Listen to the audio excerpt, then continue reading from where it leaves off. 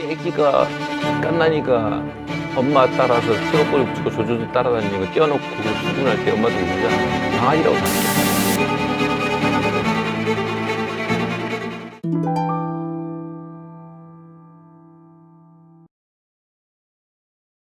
여러분들 보호자를 다른 말로 하면 뭘까요? 전부요, 전부. 수호천사. 지켜주는 사람? 보호해주는 사람 아닌가요? 엄마.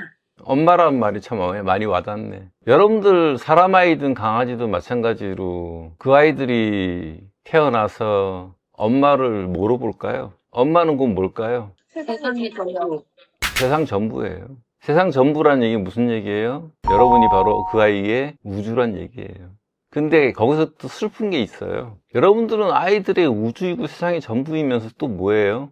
아이들한테는 신이에요, 신. 여러분들은 아이들의 생식기를 제거할 수도 있고 꼬리를 잘라버릴 수도 있고 귀를 단비할 수도 있고, 여러분들은 아이들의 전부이고 우주이고, 아이들은 여러분들이 세상 전부이고 우주이면서 동시에 신인데, 우리 보호자들은 사실은 뭘까요? 무능한 신이에요. 정말 무능한데 아이들은 그거를 몰라요. 여기서부터 우리는 많은 슬픈 사연들을 만들어낼 수밖에 없어요. 어떤 누구도 사람 아이든 강아지든 완벽하게 키우기 어려워요. 그러니까 우리는 무능한 신이에요.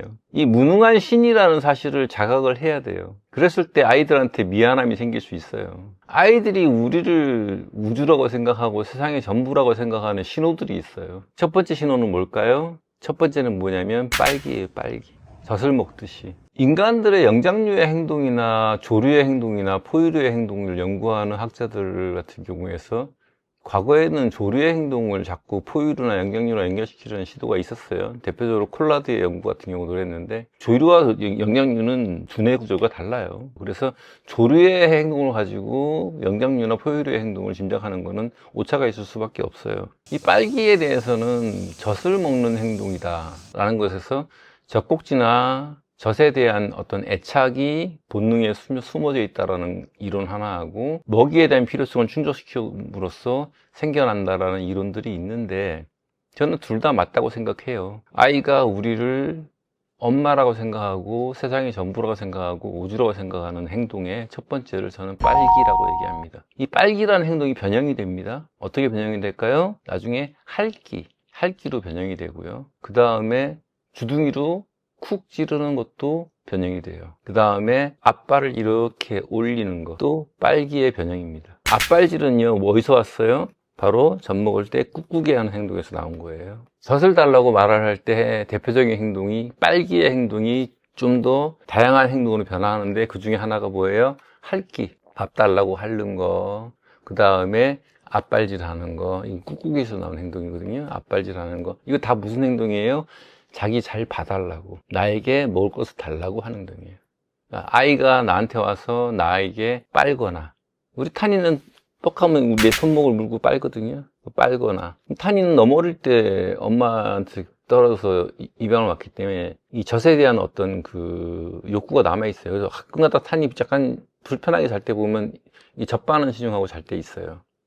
평소에도 이게 와서 내 손목을 물고 빨면 그거 내줘야 돼요. 내줘서 충분히 만족시켜주고 달래주고, 그러면 금방 행복해 하거든요. 그러니까 이 빨기라는 행동이 빠는 행동만 아니고 핥기, 앞발질 하는 거로 변형이 되는 여러 가지 행동들이 있다. 하지만 전체를 보면 그걸 뭐라 그런다?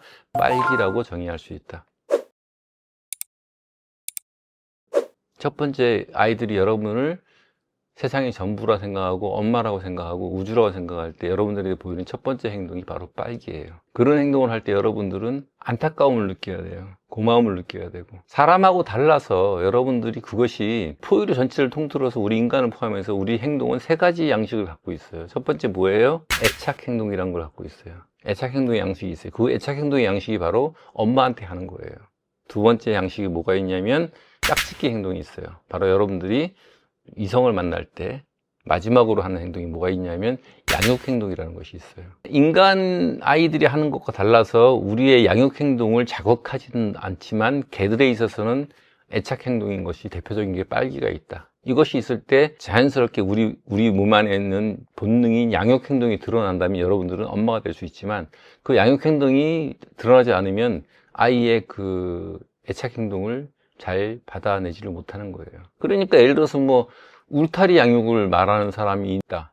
강아지를 데리고 가서 강아지가 핥고 싶어 하고 매달리고 하는 그런 강아지를 울타리에 가둬놓고 못 본 척하라. 우리가 갖고 있는 양육 행동을 무시하라는 얘기밖에 안 되는 거고, 정말로 양육에 대한 아무것도 모르는 사람이 할 수 있는 말이에요. 사람 아이든 강아지든 이 애착 행동이 망가지면 평생 돌이킬 수 없어요. 이 애착 행동은 반드시 받아들여져야 돼요. 우리가 겪는 대표적 세 가지 행동이 있는데, 첫 번째가 애착 행동, 두 번째가 짝짓기 행동, 세 번째가 양육 행동이 있는데, 그 중에 애착 행동을 공부하고 있는 중이고, 애착 행동이 바로 아이들이 우리를 부모라고, 엄마라고, 세상이 전부라고 생각하는 행동의 형태라서 우리는 이것을 반드시 알아차려야 되고, 여기에 대해서 알아줘야 하고, 거기에 대해서 우리는 양육 행동이 나와야 된다, 이 말이에요. 두 번째는 뭘까요?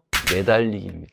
엄마한테 아이들이 우리 사람 아이가 엄마 치마꼬리 붙들고 매달리듯이, 엄마한테 안아달라고 매달리듯이, 이게 다 애착행동 두 번째 매달리기입니다. 많은 사람들은 심지어 애가 와서 아빠를 올리는 행동을 합니다. 아빠를 올리는 행동은 어릴 때 젖먹이 때도 엄마 배에 아빠를 올리고 기어오르지만, 엄마가 어느 순간 돼서 아이들을 목표라는 곳으로 끌고 나가고 싶을 때 걔들이 엄마가 서서 젖을 먹이기 시작해요. 그때도 매달려야 젖을 먹을 수 있고요. 그 다음부터는 엄마가 움직이는 데 따라서 매달리면서 따라다니면서 조금씩 반경을 넓혀가는 거예요. 매달리기가 바로 두 번째 애착 행동이고, 아이가 우리를 우주라고 생각하고 부모라고 생각하는 두 번째 행동입니다. 세 번째는 뭐가 있을까요? 대단히 가슴 아픈 행동이 있어요. 지금도 제 눈에는 그 수많은 아이들의 그 가슴 아픈 행동이 눈만 감으면 떠올라요. 바로 따라다니기입니다. 아이들이 우리를 따라다녀요. 어딜 가든 따라다니려고 그래요. 어린 강아지일수록 목숨 걸고 따라다녀요. 이 애착 행동이 나오는 세 가지 때가 있습니다. 첫 번째는 언제입니까? 바로 아이가 강아지 때. 두 번째 언제예요? 아이가 나한테 곁을 줬을 때. 세 번째 언제입니까? 아이가 나이 들어서 노령견이 되었을 때. 더 이상 내가 아니면 살아갈 수 없음을 알고 의지할 때. 세 번째가 바로 따라다니기입니다. 이 따라다니는 아이를 울타리에 가둬놓고 못 따라오게 한다? 그걸 보고 멀쩡할 수 있다? 그건 자기의 본성을 저버린 거예요. 우린 누구나 그거 보면 가슴이 찢어져야 돼요. 우리 애기가, 깐난이가 엄마 따라서 치마꼬리 붙이고 조조조 따라다니는 거 띄워놓고 출근할 때 엄마도 울잖아요. 강아지라고 다를 게 하나도 없어요. 따라다니기를 외면하시면 안 돼요. 따라다니면 알아주고 안아주고 보듬어주고. 이 따라다니기 행동은요, 나이 들면 뭐 15분마다 올 때도 있고, 어떤 아이는 1시간마다, 어떤 아이는 5분 뒤에 왔는데 5분 후에 또 올 수도 있고, 늘 따라다니긴 우리 아이들한테서 드러나는 특징이에요. 반드시 알아차려주고 보듬어주고 알아줘야 됩니다. 그래서 스킨십을 채워줘야 돼요. 네 번째가 뭘까요? 네 번째는 바로 울기입니다. 애착 행동의 네 번째는 울기예요. 울어요. 왜? 자기가 할 수 없을 때, 자기가 빨고 싶고 매달리고 싶고 따라다니고 싶은데 그것을 할 수 없게 만들어 놨을 때 아이들은 울어요. 자기 스스로 할 수 없으니까. 그걸 우리는 뭐라고 불러요? 분리불안이라고 그러지. 무슨 문제 행동이 돼버렸어요. 분리불안이 일어나면 즐거워하고 행복해 하세요. 아, 내 아이가 아직 강아지구나. 내 아이가 겹바퀴가 되었구나. 내 아이가 이제 노령견이구나. 분리불안은 얼마든지 해결할 수 있다고 그랬죠. 문제가 될 게 없어요. 방 하나에 울타리 하나 쳐놓고 들락거리면 끝나요. 울기를 만약에 거부한다? 내 강아지가 울고 있는데 그걸 모른 척 한다? 그럼 우리 모성 본능의 양육 행동에 어긋나는 거예요. 본능 언어를 어긋나는 거예요. 그걸 이겨내는 사람은 정말 내가 보기엔 거의 소시오패스예요. 강아지를 울타리 양육하라고 했다고 해놓고서 그 말을 따라 했는데 강아지가 울타리에서 울고 있는데 못 본 척 하고 살았습니다라고 하는 사람은 소시오패스예요. 아무리 누가 시켰다고 해도 그게 어떻게 가능하냐고.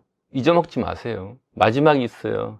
이 마지막은 여러분들이 참 알아보기 힘들어요. 알아보기 힘든데 다 해요, 애들이. 다 하는데 여러분들은 보고도 몰라. 뭐예요?